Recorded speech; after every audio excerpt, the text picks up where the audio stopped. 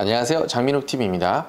요즘 이게 종부세가 뜨거운 감자가 돼서 언론에 화두가 되고 있는데요. 지난해 이제 종부세를 거둬들인 세수가 약 4조 2천억 원 되고요.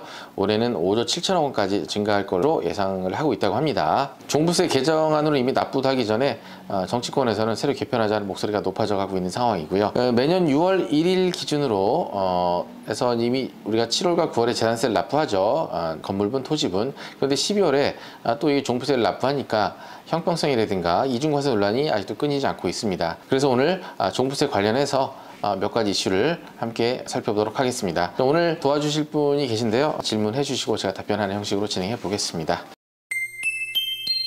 소장님, 요즘 종부세가 아주 핫한데 종부세 고지서가 언제쯤 나오게 되나요? 네, 종부세 고지서는 국세청에서 11월 22일 월요일 발송 예정이 있고요. 홈페이지에서도 바로 조회가 가능합니다. 네, 그럼 종부세 부과는 어떻게 부과되고 일정이 어떻게 되나요? 재산세와 마찬가지로 종부세도 과세 기준일이 6월 1일이고요. 전국의 주택의 공시가격 합산액이 6억 원을 초과하신 분들 중에서 재산세 납부 대상자분들이 납부 의무자가 되시겠습니다. 납부는 12월 1일에서 15일에 하시면 되고요. 그 납부세액이 250만 원 초과하신 분들은 6개월 이내에서 분납되는 점 참고하시고요. 납부세액의 20%는 농어촌 특별세, 농특세 납부하셔야 됩니다. 참고로 또 하나는 임대주택처럼 일정 요건을 갖춘 주택들은 이 종부세 합산 배제 신청할 수가 있어요. 9월 16일에서 9월 30일에 신청을 하신 분들은 종부세 합산 배제를 받을 수 있겠습니다. 그러면 9월 7일에 개정된 내용에 따라 과세 대상자는 어떻게 되나요? 네, 최근 집값 상승률이 높았죠. 높았기 때문에 이 기준이 되는 공시가격 상승률도 매우 높았습니다. 개정 전에는 1세대 1주택자에 대해서 9원을 공제해 주는 것을 9월 7일 개정이 되었죠. 11억 원으로 개정이 되었고요. 이 개정안으로 이번에 종부세 납부 고지서를 받게 되십니다. 이러다 보니까 1주택자의 경우는 종부세 납부 대상자 많이 감소했다고 합니다. 작년 약 18만 명에서 올해 한 9만 명으로 반 정도 감소했는데요. 그렇지만 이 반면에 이 다주택자분들, 사실 이 다주택자분들이 이제 염려스러운데 이 다주택자분들의 세부담은 상당히 증가할 것으로 예상이 됩니다. 1세대 1주택자 기준 9억 원에서 11억 원으로 상향되었다고 하셨는데 실거래가가 아닌 공시가격인 거죠? 네, 공시가격이 맞습니다. 공시가격 현실화율을 반영했을 때 대략 시세가 15억 원에서 16억 원 정도로 예상하시면 되겠습니다. 대략 15억 원에서 16억 원 이상 거래되는 아파트가 종부세 부과 대상에 포함된다고 볼 수 있는데 실제 종부세가 많이 오른 건가요? 네, 다주택자분들이 많이 오르게 될 것 같은데요. 조정지역 내 2주택자분들이나 3주택자 이상 분들은 동일한 과세표준 구간에서 약 2배가량 정도 오르게 됩니다. 가장 작은 과세표준이죠. 3억 원 이하는 0.6에서 1.2%, 최대 구간치인 94억 원 초과 구간에서는 3.2%에서 6%로 약 2배가량 상승하게 됩니다. 또 이 종부세를 계산할 때는 공정시장 가액 비율이라는 것을 반영을 하게 되는데요. 2018년도까지는 이게 80%였는데 매년 5%씩 상승을 해서 올해 2021년도에는 95%고요.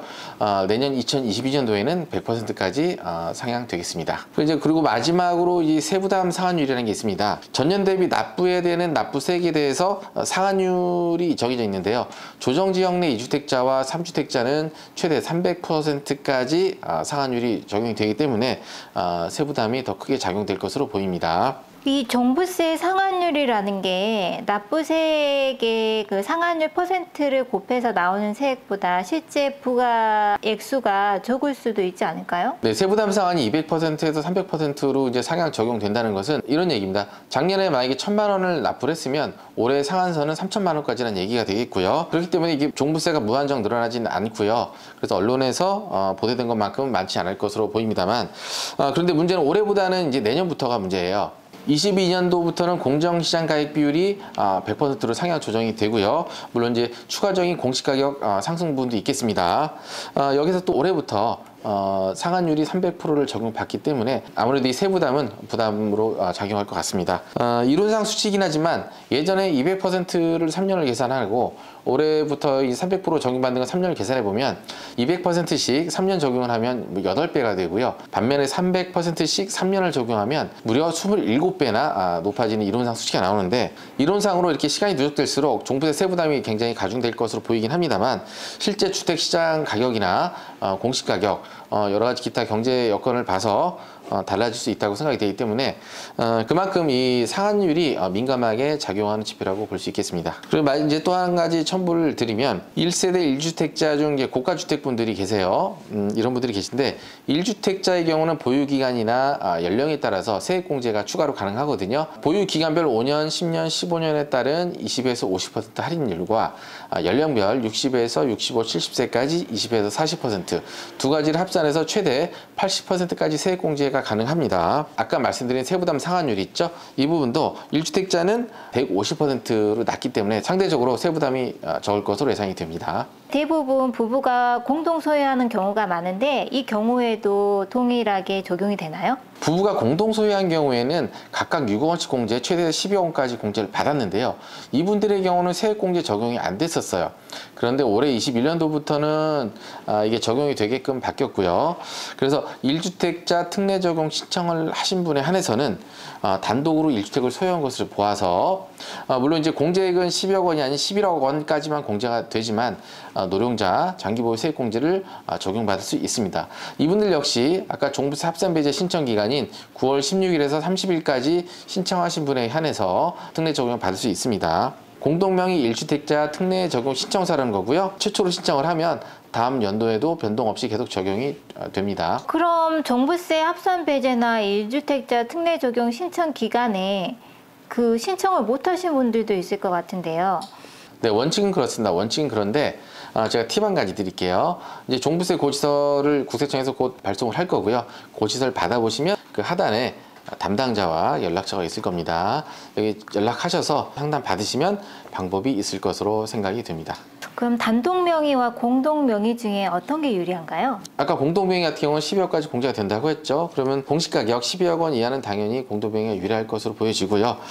이 공시가격 12억이면 시세로 약 한 17억 원 정도가 되는데 이 주택들 중에서 5년 미만 보유했거나 소유자 연령이 60세가 안 되신 분들은 어차피 세액공제를 못 받기 때문에 공동명의가 유리해 보이고요. 반면에 공시가격이 12억을 초과하는 분들 중에서 5년 이상 보유하셨거나 연령이 60세 이상 되시는 분들, 세액공제 혜택을 적용받을 수 있는 분들은 아무래도 단독명의나 1주택 특례 적용 신청을 하신 분들이 유리할 것으로 보입니다. 그런데 케이스별로 모두 사안이 다를 수 있기 때문에 개별적인 계산이 필요해 보입니다. 그러면 마지막으로 그 종부세 부담이 지속되면 이게 부동산 시장에 어떤 영향을 미칠까요? 올해 보유세 부담으로 인한 서울 및 수도권의 징여거래가 역대 최대로 발생을 했고요. 집주인에게 부과되는 이 세금이 임차인에게 전가되지 않나라는 조세 전가 현상이 발생할 수 있다는 우려의 목소리 역시 높습니다. 또한 다주택자들이 종부세 부담으로 인해서 전세를 보증보월세로 이미 많이 전환을 했고요. 특히 고가주택 비중이 높은 지역일수록 월세나 반전세 비중이 많이 높아지고 있습니다. 그만큼 임차인들의 부담이 증가할 수 있겠고요. 또 내년에 대선이 있죠. 대선이 있기 때문에 후보들의 공약을 보고 어떤 결정을 하겠다는 이 관방세가 지속될 걸로 예상을 하고요. 거래량 역시 최근에 많이 감소한 상태입니다. 지금까지 종부세에 대해서 간단히 좀 정리를 해보았고요. 다음 시간에는 2년 비과세 거주요건 경과 규정에 대해서 다룰 건데요. 제가 최근에 또 상담을 하면서 많이 받았던 질문이기도 하고요. 잘 정리해 두시면 많이 도움이 되지 않을까 싶습니다. 그럼 다음 시간에 찾아뵙겠습니다. 감사합니다.